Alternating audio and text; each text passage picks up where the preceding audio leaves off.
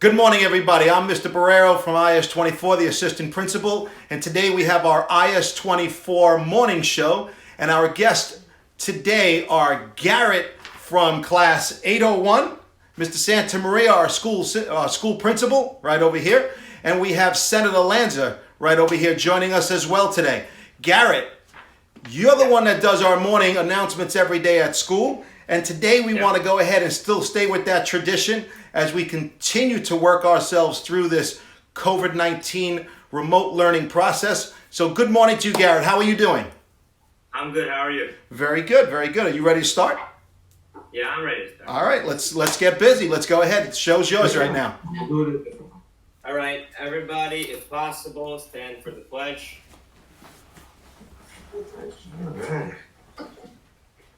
Pledge allegiance To the flag of the United States of America and to the republic for which it stands, one nation, under God, indivisible, with liberty and justice for all.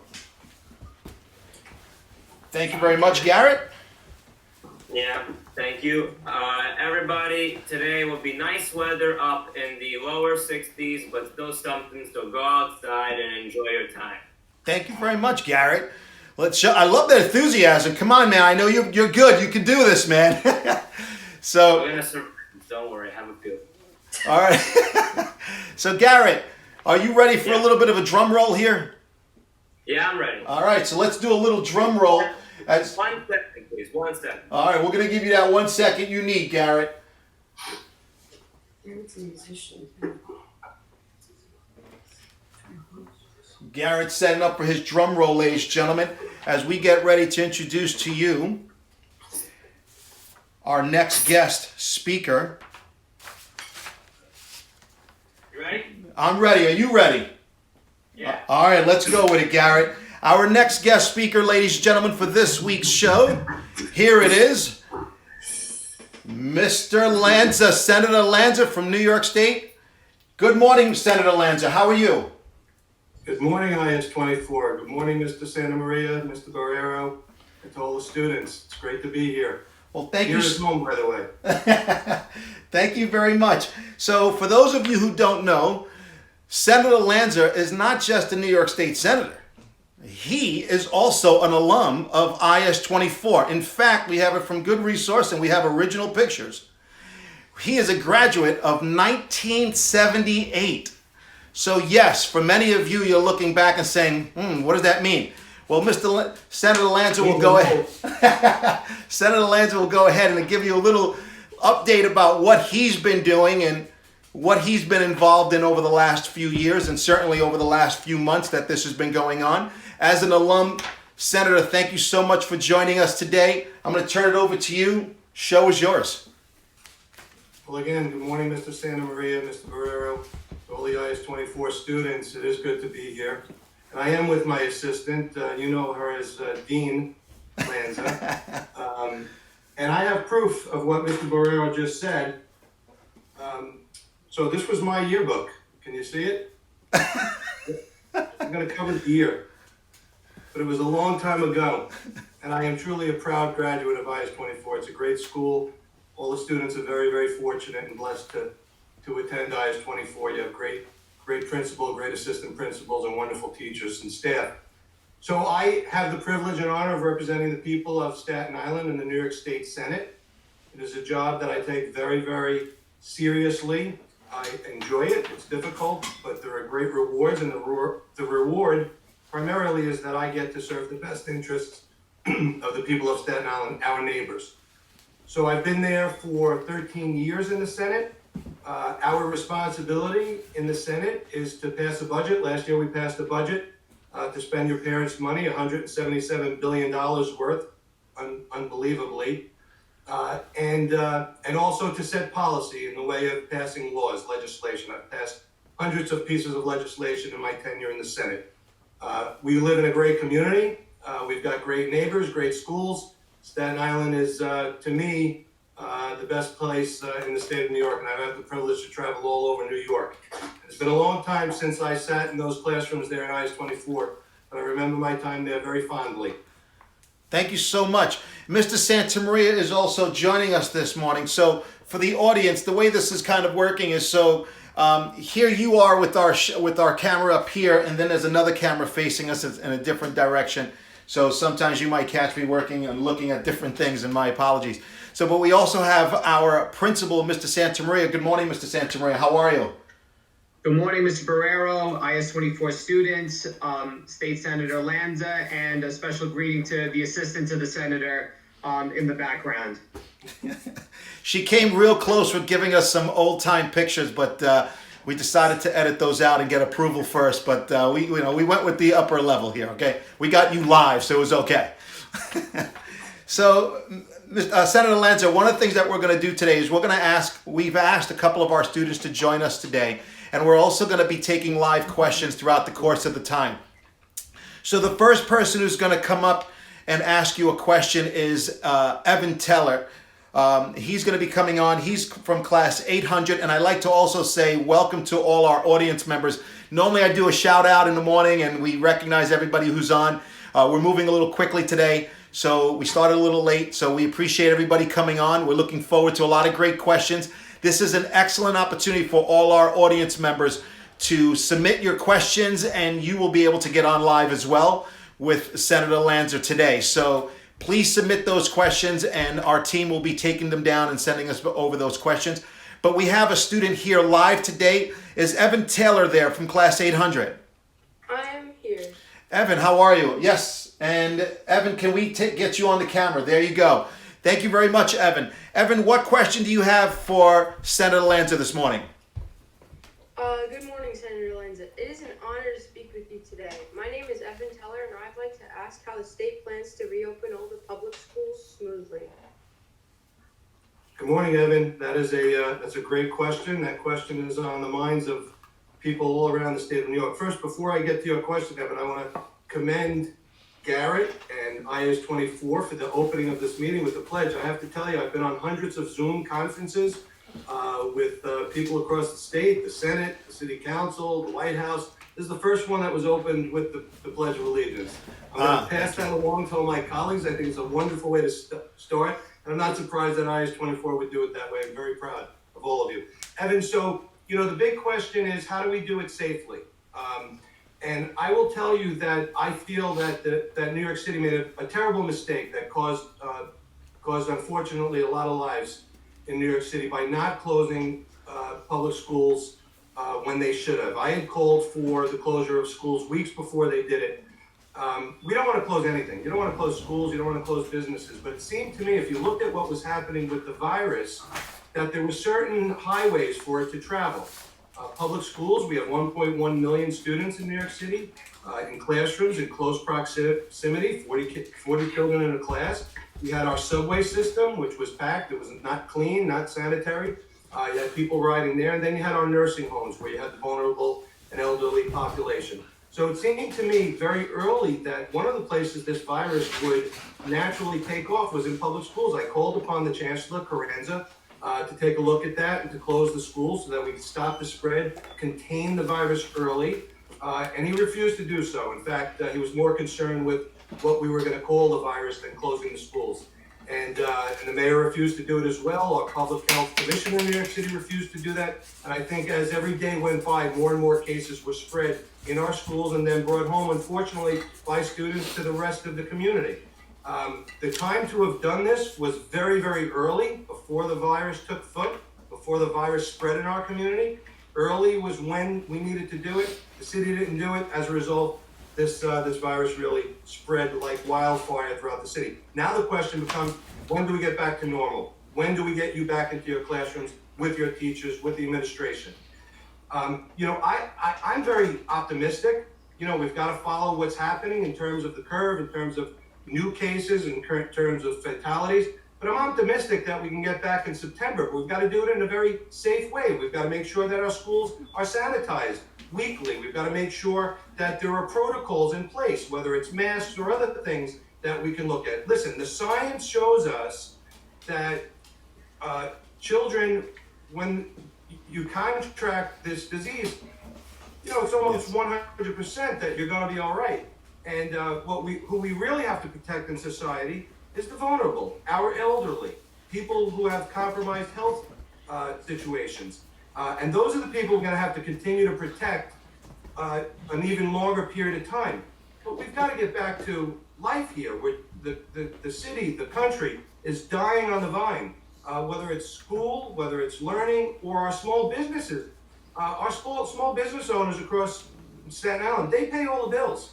They pay our teachers, our police officers, our sanitation workers, our emergency workers, our elected officials.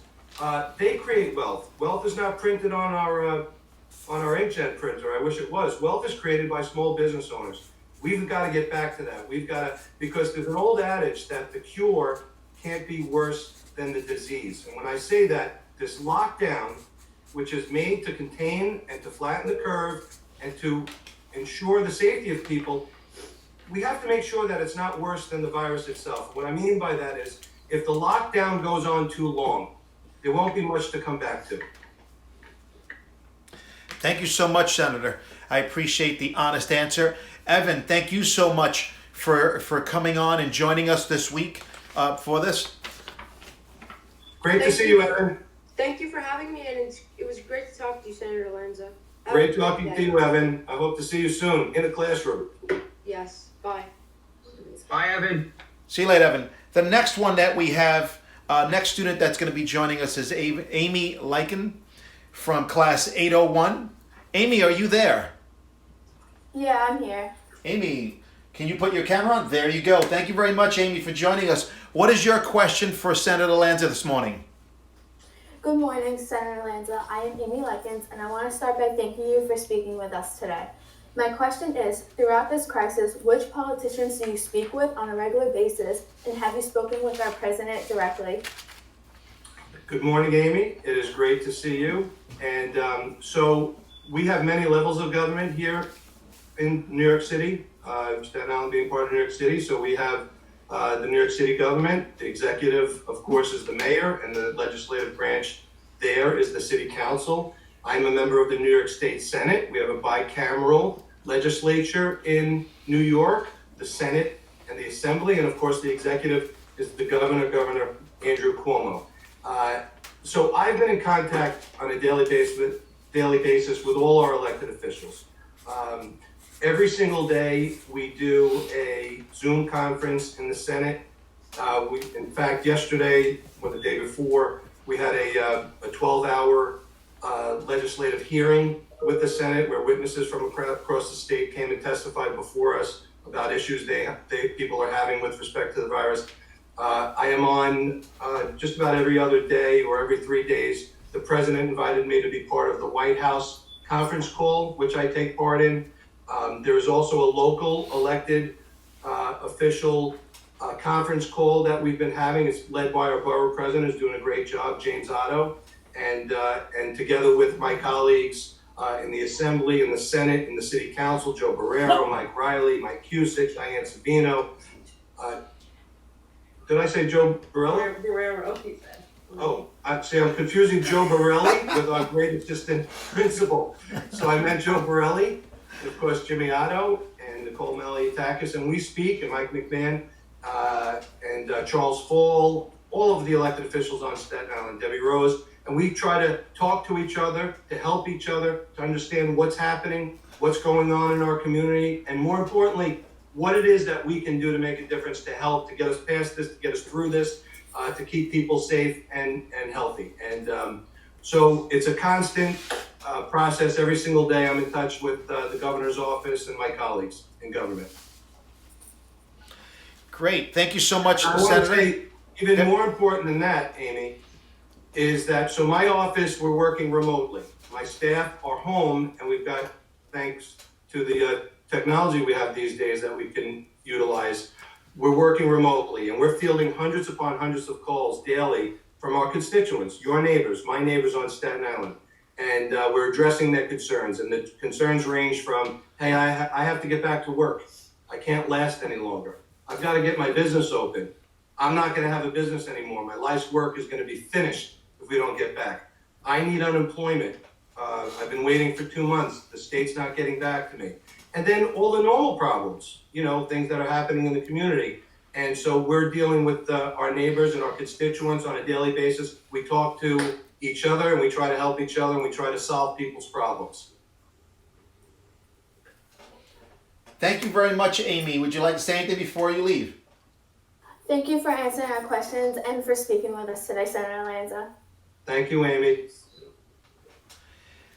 Senator, so we had a couple more questions come through our live chat that we have going on. One of the questions just came through with one of our 6th grade students, Joseph, and his question is, how can someone my age get involved to influence political outcomes in our community? A 6th grader, this is? Yes. Sounds like my replacement. I love it. It's a great question. So, we all need to do our part at every stage in life. And the best thing we could do, I always say, whether there's a pandemic or not, is to be a good citizen, to be a good member of your family, to be a good friend. The more we can do to help each other and not to be part of a problem, the better we serve our community. And so I guess by asking questions like that, by speaking up, by talking to your adults, some of the best questions I get, some of the best ideas I get. I do It Ought to Be a Law, Mr. Santa Maria knows this. It ought to be a law contest every year. And we propose to students across the Staten Island that they suggest ideas for new laws. And I have to tell you, some of the best ideas I get about new laws come from children. Children who are not sort of weighed down by the obstacles out there, or all the noise, but come at it in a very pure way. So you have something to offer, your ideas. Look around. You have a great perspective on with respect to how this is affecting your schoolmates, your friends, people of your age. You have a bird's eye view of that. You can report back to us and say, hey, listen, as a 6th grader, this is what we're thinking. This is what's happening to us. And this is what we want to do and what we need help with. So I guess the best way to answer this is for me to tell you, just keep your eyes open, keep looking, use your brains, and which you have obviously, and speak up. Tell us what you're thinking and what you think ought to happen. Thank you so much. The next question we have is coming from a 7th grade student, Emma, whose question is, what is the hardest part of your job when working with the mayor and chancellor? I think We told you it weren't going to be easy. I think the answer is in the question. Working with the mayor and the chancellor, that's the hardest part of doing this. I have to say, I have a great relationship with the mayor. We've been friends for a long time. We have very different views, very different perspectives with respect to the way we ought to do things, but we have a great working relationship. I talk to him often, and we get along very, very well, and we neither one of us is shy about expressing ourselves. Listen, I think the chancellor blew it here, quite frankly. I think the chancellor had an opportunity to close the schools at a time when it would have made a difference, chose not to do so. And then when schools were finally closed, there was no plan coming from the top. The chancellor makes almost $400,000 a year. It's a very important job. You would think that there would have been an emergency plan in place. This is not a surprise. There's always a possibility for these types of emergencies to happen. And I saw firsthand, because of my assistant, Dean Lanza, and I watched what Mr. Santa Maria and Mr. Borrero and Ms. Simeone and Ms. Tramontana and all the teachers, I saw that when schools were finally closed, it fell upon Mr. Santa Maria and the teachers to figure out what to do. There was nothing handed to them.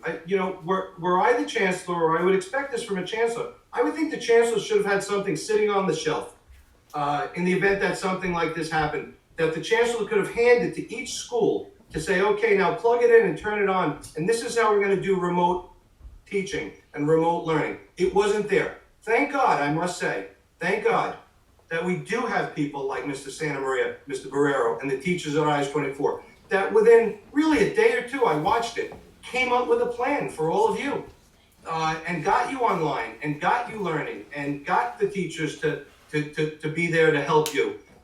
So the answer to the question really comes down to this. The toughest part of dealing with other elected officials is that you may not agree with them. And now you need to find a way to either convince them or to let people know why you think what they're doing is not the right thing to do. And that's not a bad thing, by the way. We don't know, it's good that people have different ideas and different viewpoints. That's part of the American system. We mix it up, we debate, we exchange ideas, and hopefully we come out of it with a better outcome. But I have to say that's the hardest part. The frustrating part of it is that when you feel a certain way and you don't have direct authority, I don't have direct authority over the schools. The chancellor does, the mayor. So just because I think something is a good idea, I can't automatically make it happen. I have to convince them to do it, and sometimes they just disagree. Well, thank you so much for that. I mean, look, we have a lot of wonderful questions coming in from so many different people. I know we're a little tight on time. I'm going to send it over to Mr. Santamaria if he wants to follow up with any comments or statements right now, because we got a lot of great questions that did come in. Those were some of them. Thank you very much for your time, Mr. Santamaria. Would you like to finish us off? Yes, thank you, Mr. Borrero. First, to the state senator, thank you for your kind words and always being a leader in our community. It is with great pride that I always let everyone know that the motto at IS-24 is the pride of great kills as a school in the community. But then I always remind everybody that my nickname for you is the pride of great kills, as a local neighborhood kid grows up and does great things for his community and then for the state as well. I want to remind all the students and families and staff that are watching right now that, as a reminder, as an alum of IS-24 and graduating many years ago, I promise I was not going to mention the year, but being that the cat's out of the bag, okay, as a graduate of 78, I want to remind everyone also that the senator is a graduate of Farrell High School. Again, stayed local, stayed in the neighborhood. There he is. Attaboy. There's a nice blow up of that picture, huh? Yeah. And I missed that hair. yeah, I was gonna say not a lot's changed, but maybe one thing. I just want to remind everybody that after graduating from Farrell High School, then going on to college, graduating law school, the senator became a New York City prosecutor in the Manhattan District Attorney's Office, then later ran for political office as a city councilman, hence where the relationship with current Mayor de Blasio came about, as both were city councilmen in New York City, serving proudly for his district in Staten Island, and then being elected to a New York State Senator now since 2006. And it's, again, with great pride that whenever there's an event at IS-24 and the senator can take part in being in the neighborhood, it's always a pleasure, whether it's a speaker at graduation or an event at the school. I want to, again, publicly acknowledge your participation in those events, because it shows our students and our community that, hey, I walked these halls and I sat in these seats, and now with making the right choices, you too can be a leader in your community. So I want to thank you for always being that leader to all our students. There's only so much that I can do in 3 years with our students, but you're the standard outside of school that everyone in the community can look up to. So thank you for that. I want to thank Evan and Amy for adding their questions and the questions that came in from students. That last one I thought was going to be a doozy, but Senator Lanza, you handled that with grace. Thank you for your response to that one. And also to Ms. Porio, Mr. Borrero, for putting all this together. And as always, we get an insight into Mr. Borrero's family room, which I appreciate once a week, to being allowed into the house. And I'm going to pass it now back to Mr. Borrero so he can take us through the last part of our meet this morning. Thank you very much, Mr. Santamaria. Speaking of neighborhood and community, I can tell you there are a lot of things that I missed during this pandemic. One of them is that when I drive to work, watching Mr. Santamaria and Mr. Borrero direct traffic. God forbid you two ever decide to move on to another location. I would look into that. You two and your staff are the best traffic enforcement cops I've ever seen in my life. Safety is our motto there, so thank you so much, Senator. We try really hard. Senator Lanza, thank you so much for taking the time out of your busy schedule to join IS-24 community to answer so many wonderful questions. for our audience members out there right now who submitted some additional questions, we will be submitting them over to Senator Lanza's office shortly so that we can get some responses, and we will be sending these responses over to our FAQs that can be found on our website at barnes24.org. And you can check our FAQs for updated answers and responses. And certainly, as many of these questions came in, some of them had something to do with Mr. Lanza and some of them didn't. So we are going to go ahead and get those questions from the senator, and we'll get those answers. We'll put it on our FAQs. Senator Lanza, from my heart to yours and from our school community to all of your community members out there, we want to say thank you for taking the time and joining us today. Thank you so much. Well, I want to thank you all. You're doing a great job on behalf of our children. Without you, we would truly be lost. And that's the case for our schools across Staten Island. We're very blessed here on Staten Island. And, for the children out there, life throws you a curveball. You've got to go with it. And so there are a lot of negatives involved here, but there are advantages. Take this time to be with your family. One of the silver linings for me, I could tell you, I have a 22-year-old, a 19-year-old, and a 16-year-old. And every night they're at the dinner table together, and that would never happen if not for this, and it won't happen again. So you try to enjoy those types of things, and stay safe and be respectful of each other. Take the time. We have the internet. When I was a kid at IS-24, you had to walk into the library. You had to pick a card out of the box, out of the drawer. You had to go find the book. Sometimes it was there at the public library. Sometimes it wasn't. Today we have the world's knowledge at our fingertips. Use the time. Study, learn, research. There are things you can do now that you're not going to be able to do again. Take advantage of it. Stay safe. And I look forward to seeing us all out there back in the community together. Thank you. Thank you so much, and thank you everybody for joining us for yet another great episode of the IS-24 Morning Show. Please take a look at our school website and also our YouTube channel that's also easily found on our school website. Ladies and gentlemen, we will see you next week when we see another IS-24 member, Andrew Kozak, who's a weatherman here, a meteorologist on the news, and he'll be joining us next week to explain to us how his career has taken off and also what it has meant for him to be part of the IS-24 community as well. Until next week, everyone keep smiling, stay happy, stay healthy, and thank you very much for joining us. We'll see you next week. Thank you, everybody.